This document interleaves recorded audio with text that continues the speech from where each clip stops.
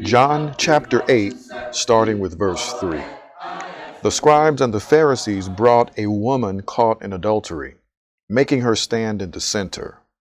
Teacher, they said to him, this woman was caught in the act of committing adultery. In the law, Moses commanded us to stone such women.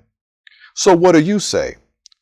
They asked this to trap him, in order that they might have evidence to accuse him.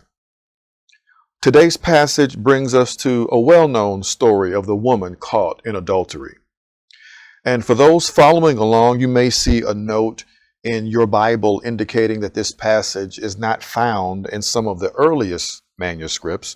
And while this is worth mentioning, we will accept this text today as part of the gospel for devotional purposes. This story places Jesus in a difficult situation where the scribes and Pharisees are attempting to trap him. The issue at hand is the death penalty. Should the woman be stoned for her sin, as the law of Moses commands? Now, if Jesus rejected this, he could be accused of breaking the law.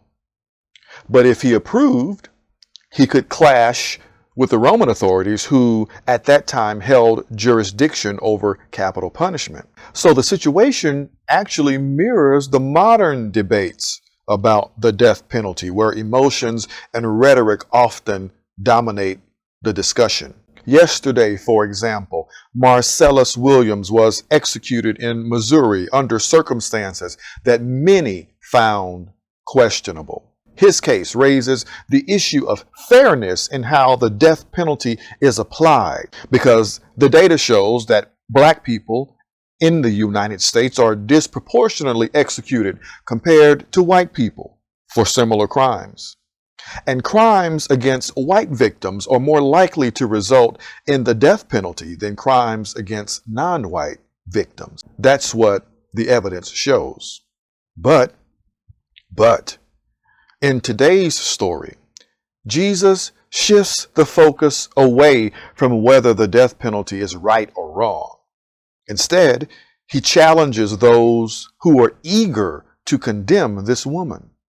He tells them, let the one without sin cast the first stone. In doing so, Jesus doesn't reject the law outright, but redirects the question to the hearts of the accusers.